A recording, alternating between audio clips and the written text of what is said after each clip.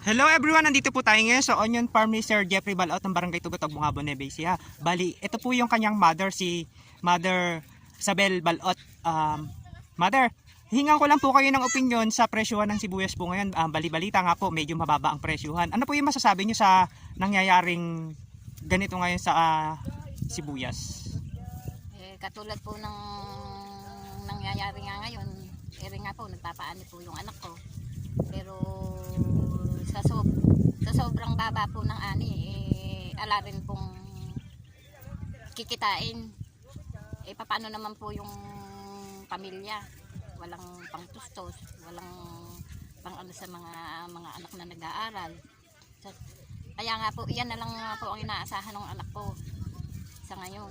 Kaya lang, nga po. Medyo alanganin po ang magiging ano niya. Opo. Kasi sa inyo na nga po nanggaling na medyo hindi ganun kaganda yung magiging ani, tapos mababa pa yung presyo. Ano nga naman yung magiging kaparte o yung magiging porsyento niya sa magiging ani ng kanyang sibuyas? Sana naman po, ang panawagan ko naman sa mga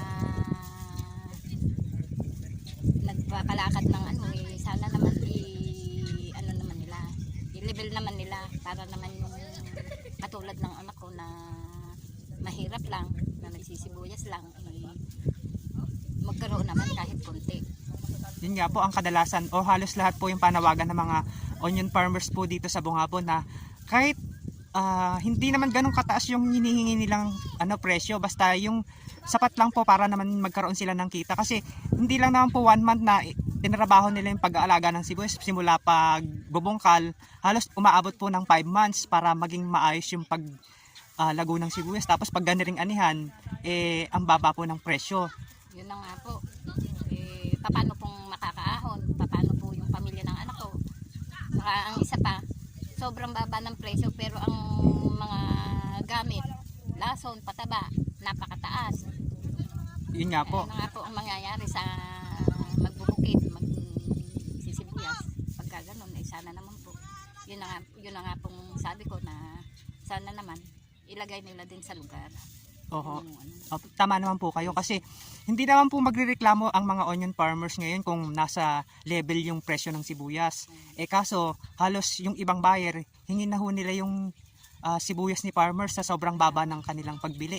Syempre may puhunan po yung mga onion farmers, lalo kung nakikisaka lang or nakikisama lang dun sa mismong financier. Di ang mangyayari, halimbawa kung may benta sila, halos mapupunta lang din lahat kay financier. Tama po ba? Ganun na nga po ang nangyayari.